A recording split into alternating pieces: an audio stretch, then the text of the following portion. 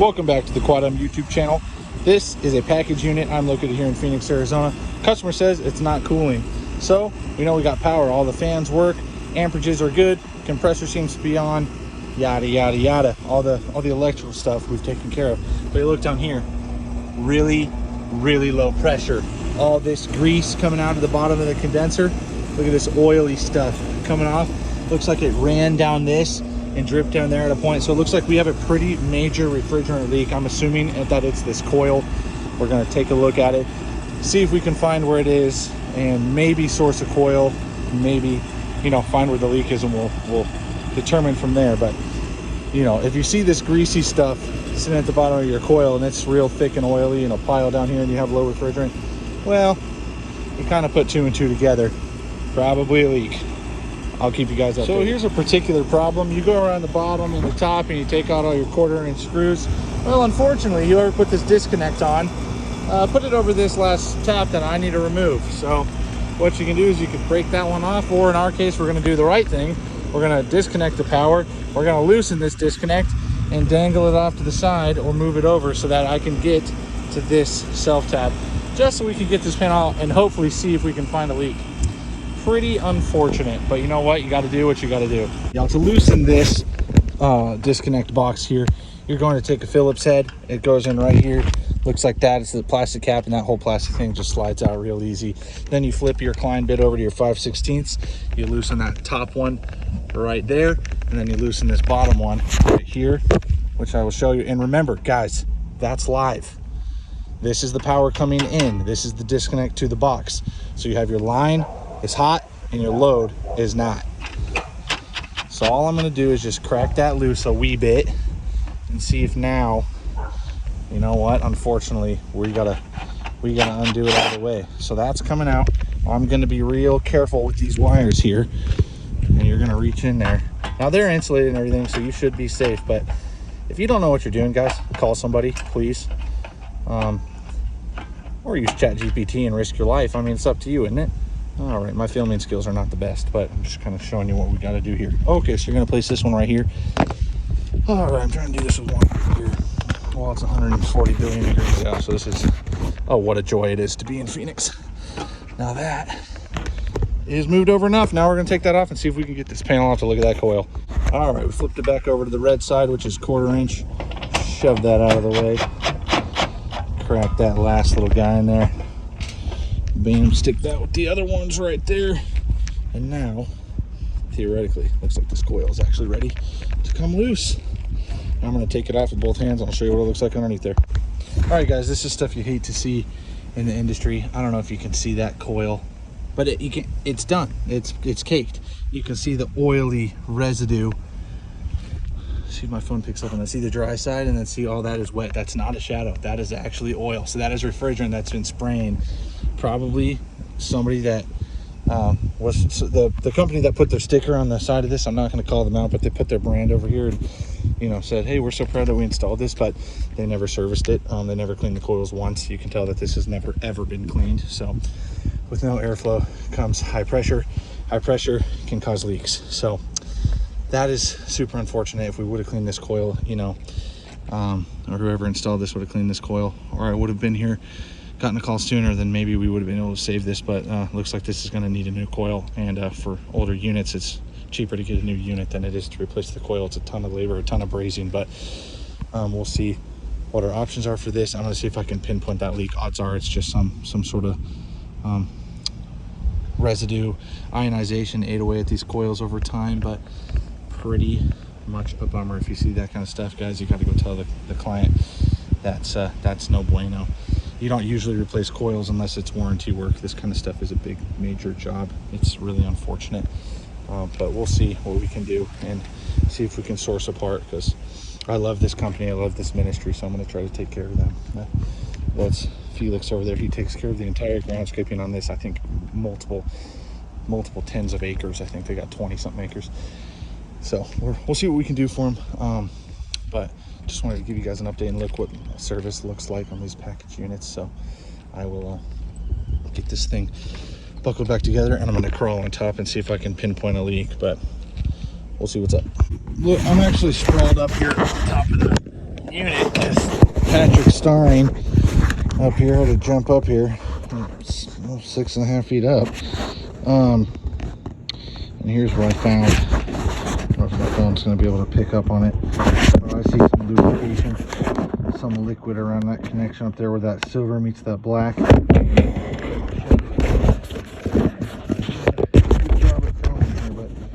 There we go. So you see that? Look at all that liquid right there. So what I'm going to do is add refrigerant to this. That looks like somebody tried to patch it before. So I am intrigued now. And there's a self-tap by it, but it's below it, so it missed. So, and it was too short. But oftentimes you see people run those self-taps right there, and they'll run them right into that copper. But it doesn't look like this was the case, unless that was like an initial patch or something. But we're going to see what we can do about getting some refrigerant in here and then getting the sniffer in here or some soapy water and seeing if that's the, you know, pinpointed leak. So if it is, man, that looks like JB Weld. Looks like somebody just like wrapped something around it. I could be wrong, but that doesn't look right. All right, guys, we got to the next portion of this video. So what I did, I'm going through the box here, but I got a tank of 410. I already got the sides flipped on over here. So all I got to do is turn this and we'll be able to pressurize some refrigerant in this 410 system. And I'm hoping to see it leak out of that spot.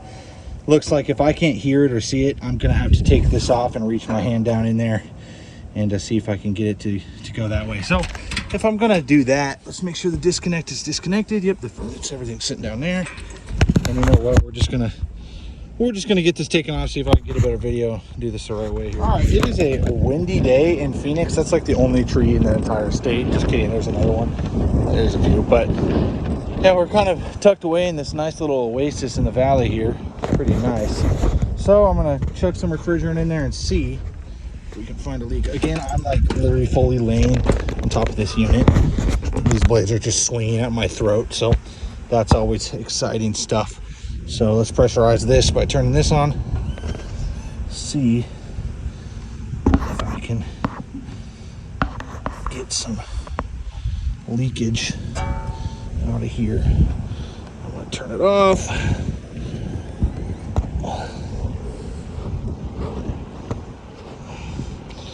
That's pretty oily, bro. That's pretty oily.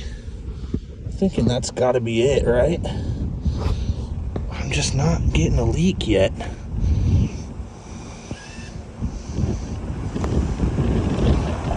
Oh my gosh, the wind's picking up. There goes my hat. There goes my hat. And the blades are just coming at me at maximum RPM. So this is exciting stuff.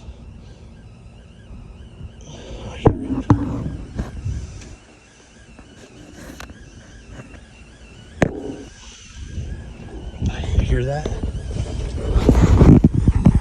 There's a leak somewhere. Where is it? Is it that bottom one? We're gonna find it. All right, next trick, since we live in the Stone Ages, we're gonna take our Columbia River knife and tool here because I can't afford a Benchmade, and then stab this thing. I got some liquid soap here. You can see this stuff really likes to suds up, and that is what we want here. So once that is good to go, close up the knife. Oh my gosh, dude. My hair's blowing like Bieber in 2015. Oh, this thing just want to slice my jugular. We're going to pressurize our system. I'm going in with the soapy water. Oh, blades are literally hitting my head. Okay, there's that. There's that bottom connection. Come on, man. Find a leak. Come on. Come on. Nothing. All right, I added about 2 pounds of refrigerant and we are at normal pressures. 375, just under 125, 120 for a 90, 100 degree day. That is normal. I'm not going to overcharge the system. You know, if we were over 400, these high pressure sides, like they're rated for a lot on the 410A side. We'll see whatever this one wants to be at. 550 psi and 250. So yeah, we're good. We're not going to overcharge it. We'll keep it right around standard operating pressure, and I will come back in a week, 2 weeks, and check out what our pressures are then and confirm this leak after some further inspection. Stuck my finger around in there and stuck my phone, and it looks like we had some separation on that coil. I don't think the coil is bad. We're going to recover the refrigerant eventually and rebraze that connection after cleaning, or maybe putting a coupler on there and brazing that on there after we recover, and then pull a vacuum out the refrigerant, pressure check the system, and we're going to pray that everything is good. In situations like this, guys, don't replace the coil if you don't have to. You know, we're not going to charge them a whole lot for labor here. You guys have to, because it's a business. This is a ministry. It's a different thing. But you know, all he's going to be paying for is the refrigerant for today, and hopefully we can keep this unit running. These are dormitories for aged out foster students, aged 18 to 26. This is my ministry back there. We want a trade school and community center to be built there in the next 5 years. So go check that out in our mission plan. And if you want to be a part of the community events, at GENSTRONGNEXUS.com. And hopefully I will keep you guys updated. But this is a day in the life of a young HVAC tech trying to take care of his community. And guys, don't rip people off. That's one thing I'm going to tell you today. On every video, I'm going to tell you another part of it. But guys, be sane, be sober, be moral, be prudent. Abide by the fruits of the Spirit. Be in the word of the Lord. Love your families. If you're a man, marry a woman. If you're a woman, marry a man. Back your country. Back the blue. Don't be annoying. Love the people around you.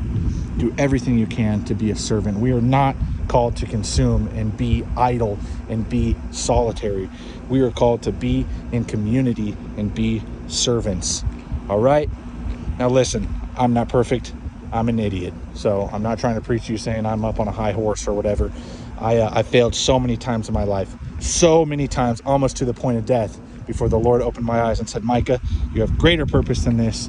Go and serve. And so this is what I'm good at. HVAC. So this is kind of why I'm on the roof right now. He said this is what you can provide to the community. You guys have way greater skills than I, so go out and use your practical skills and help your community. Much love. See you guys in the next video.